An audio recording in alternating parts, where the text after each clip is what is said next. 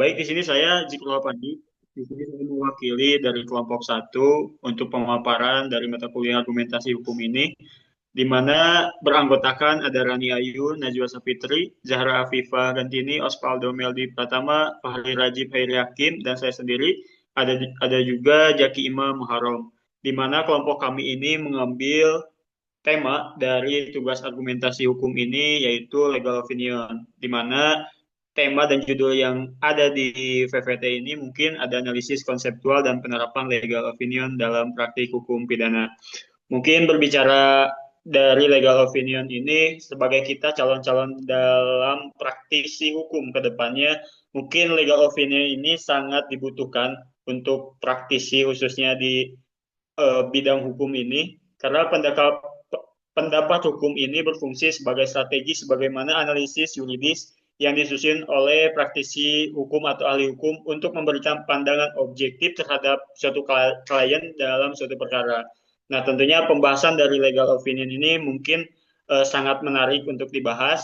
Mungkin eh, kita persingkat waktu saja, langsung ke pemaparan materi, di mana pemaparan materi yang pertama akan disampaikan oleh Fahri Rajib. Saya persilahkan.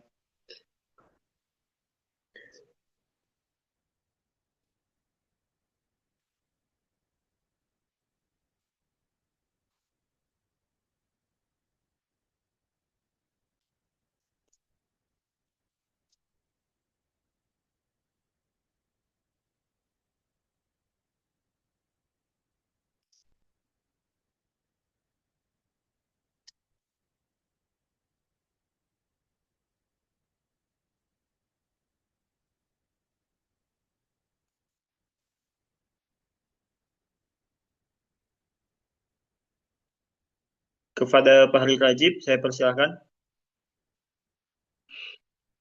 Mungkin Fahri Rajib ada sedikit gangguan ya. Mungkin saya bantu penjelasan untuk latar belakang dari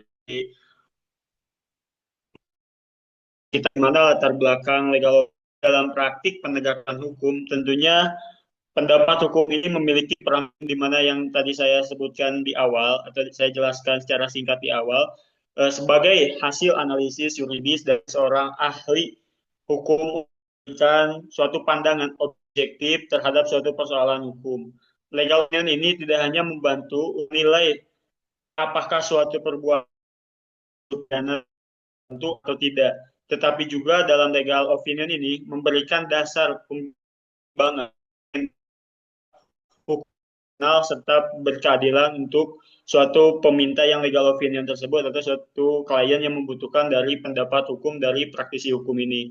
Dalam konteks hukum pidana, tentunya legal opinion ini berfungsi untuk menguraikan dan menganalisis setiap unsur tindak pidana, di mana kondisi psikis pelaku serta pertimbangan kemanusiaan yang mungkin mempengaruhi tanggung jawab pidana dalam suatu kasus tersebut. Misalkan kita mengambil contoh dalam penelitian kita atau dalam makalah kita ini, di mana contoh legal opinion yang kita ambil yaitu diambil dari kasus penerapan yang relevan adalah kasus pembunuhan disertai mutilasi oleh Alfi Yansah di Surabaya. Mungkin teman-teman juga tidak asing dengan kasus tersebut, yang dimana legal opinion yang digunakan kami untuk menganalisis apakah perbuatan tersebut termasuk pembunuhan berencana sesuai pasal 340 dalam KUHP ataupun pembunuhan spontan yang tercantum dalam pasal 338 KUHP. Mungkin ini latar belakang atau pedoman bagi landasan kita dalam membuat makalah yang berjudul legal opinion ini. Mungkin next, boleh?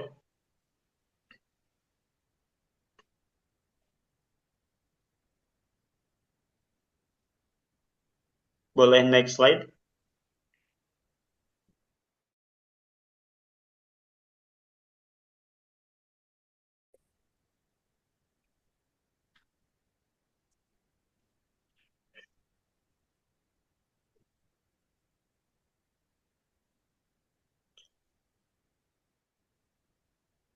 Ya, mungkin itu latar belakang di mana makalah kita diambil. Ada rumusan selain dari landasan eh, pendahuluan atau landasan dari latar belakang legal opinion ini, kami memiliki ada dua rumusan masalah dalam pembahasan ini, yaitu ada pengertian dan fungsi legal opinion ini dalam hukum pidana Indonesia itu seperti apa gitu. Nanti kita bahas di pembahasan selanjutnya. Ada juga yang kedua rumusan masalah yang kita ambil yaitu bagaimana sih penerapan legal opinion ini pada kasus Alvin Yansah yang mungkin kita ambil kasusnya tersebut dalam pembahasan kami.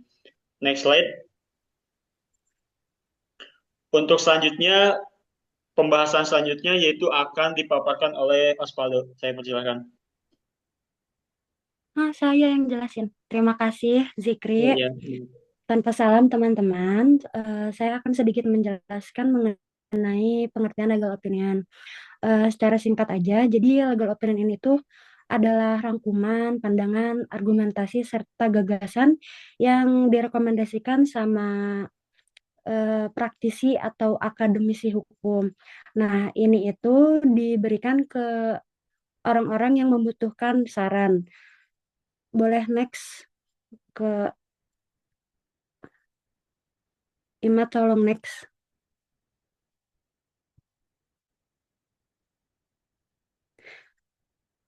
Yang belakang yang sifat.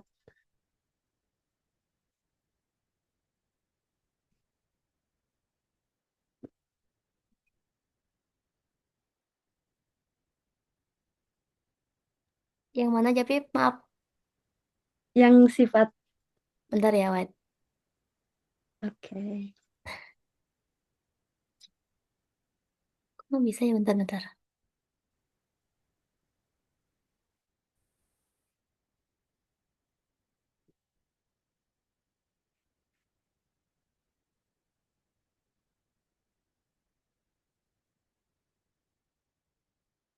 Ini ya, Japip. Ya, betul. Nah, jadi sifat legal opinion itu nggak mengikat, tapi dia punya otoritasnya tuh moral serta profesional juga. Nah, dia itu bersifat subjektif dan juga objektif. Lalu dia disusun dengan asas kehati-hatian, objektivitas, dan profesionalitas. Jadi asas ini itu, mohon maaf, jadi sifat legal opinion itu tidak mengikat. Jadi dia menyarankan, tapi ketika tidak dipakai pun itu tidak menjadi hambatan. Terima kasih moderator, sekian. Baik, terima kasih Zahra atas pemaparannya yang dimana telah menjelaskan pengertian dan sifat dari legal opinion ini. Mungkin selain pengertian dan sifatnya juga, legal opinion ini tentunya berpatokan pada dasar ya. Dimana untuk pembahasan selanjutnya yaitu ada dasar dan fungsi dari legal opinion ini yang akan dipaparkan oleh Osvaldo. Saya persilakan kepada Osvaldo. Oke, terima kasih. Tanpa salam ya, sama. Jadi pada dasarnya nggak pernah ada secara eksplisit tertulis di undang-undang ataupun di literatur lain bahwa di undang-undang terutama bahwa ada istilah legal opinion pendapat hukum. Namun keberadaannya dan legitimasi legal opinion itu dapat diturunkan dari beberapa dasar hukum seperti yang sudah tertera dalam PowerPoint. Bisa dilihat ya ada 4 gitu kan. Yang pertama pada Undang-Undang Nomor 18 tahun 2003 tentang advokat. Terutama di pasal 1 ayat 1 yang di mana di dalamnya mengatur tentang bahwa advokat berhak memberikan jasa hukum termasuk memberikan konsultasi dan pendapat hukum. Dan inilah jadi landasan yuris utama keberadaannya legal opinion di Indonesia. Terus yang kedua di situ ada kode etik advokat. Nah, di situ tuh mengatur bahwa advokat wajib memberikan pendapat hukum secara jujur, objektif dan berdasarkan hukum yang berlaku. Ini juga menjadi dasar etik profesi dalam penyusunan legal opinion. Lalu yang ketiga ada pasal 1338 KUH Perdata tentang kebebasan berkontrak. Nah, di pasal ini juga menegaskan bahwa perjanjian yang dibuat secara sah mengikat para pihak seperti undang-undang. Eh, Jika legal opinion menjadi dasar suatu kontrak atau keputusan, maka berlaku asas ini. Perjanjian atau tindakan yang diambil berdasarkan pendapat hukum tersebut memiliki kekuatan yang mengikat. Dan yang terakhir ada jurisprudensi dan doktrin hukum. Dalam prakteknya, legal opinion itu juga berlandaskan pada putusan pengadilan yang terdahulu. Seperti itu jurisprudensi. Dan pendapat para ahli hukum atau doktrin yang memberikan legitimasi akademik. Lalu selanjutnya, yaitu tentang fungsi legal opinion. Yang pertama itu analytical function atau alat analisis hukum.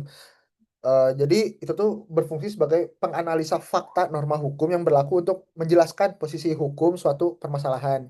Terus yang kedua tentang decision making function atau dasar pengambilan keputusan.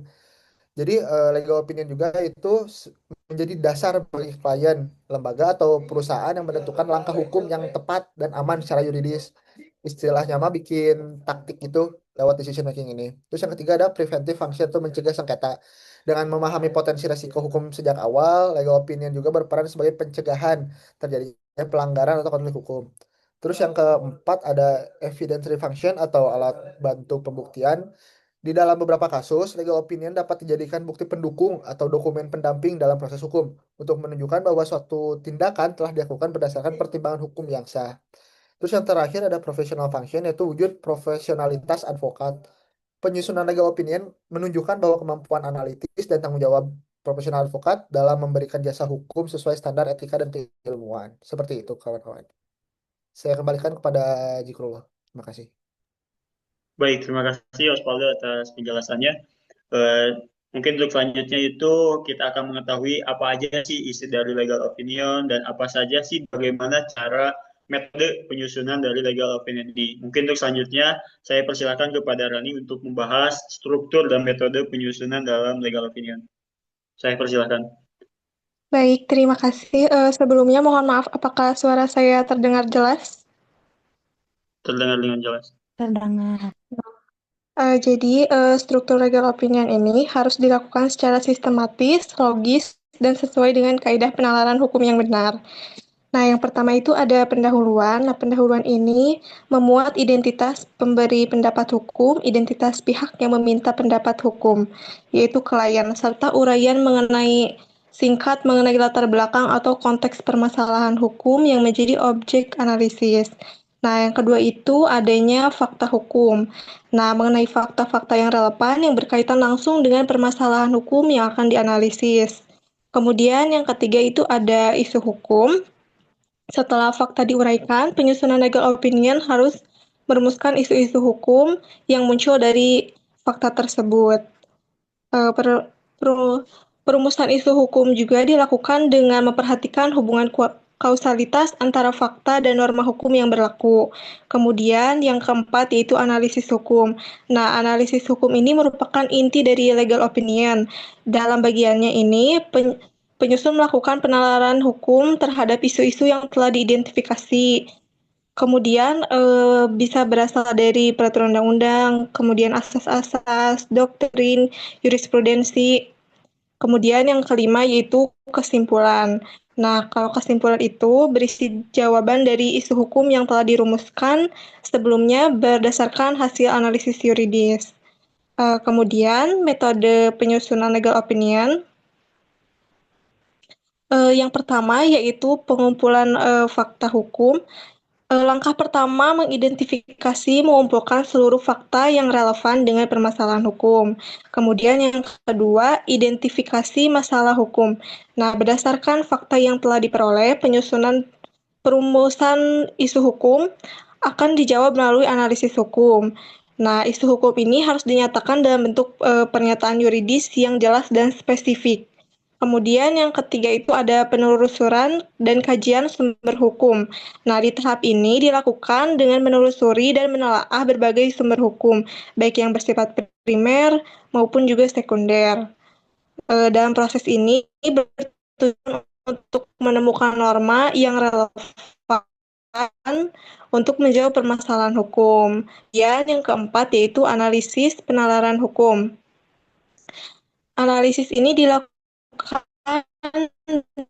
dengan metode penalaran itu kesimpulan dan rekomendasi. Setelah dianalisis, penyusun merumuskan kesimpulan dengan menjawab isu hukum yang jelas dan logis dan argumentatif. Terima kasih, saya kembalikan kepada moderator. Terima kasih Rani atas pembahasannya. Mungkin untuk selanjutnya saya persilahkan kepada Jaki untuk pembahasan dari praktik dan studi kasus yang diambil. Saya persilahkan. Oke, terima kasih Zikrullah. Jadi pada bagian praktik dan studi kasus ini, kami membahas penerapan legal opinion atau pendapat hukum dalam kasus pembunuhan dan mutilasi yang dilakukan oleh Alfiansyah di Surabaya. Jadi pendapat hukum ini kami susun dari sisi pembelaan dengan tujuan untuk menilai apakah perbuatan pelaku termasuk pembunuhan berencana atau yang sesuai pada pasal 340 KUHP atau sebenarnya pembunuhan tanpa rencana berdasarkan pasal 338 KUHP.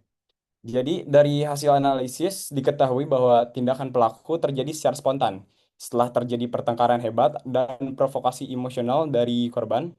Tidak ada bukti bahwa pelaku sudah mempersiapkan atau merencanakan pembunuhan tersebut. Nah, bahkan pisau yang digunakan tuh adalah alat rumah tangga yang ada di tempat kejadian. Jadi unsur berencana tidak terpenuhi dalam kasus ini. Untuk tindakan mutilasi, hal itu dilakukan setelah korban meninggal dunia. Jadi bukan bagian dari pembunuhan. Perbuatan tersebut lebih ditempatkan tuh dikenakan pasal 181 KUHP.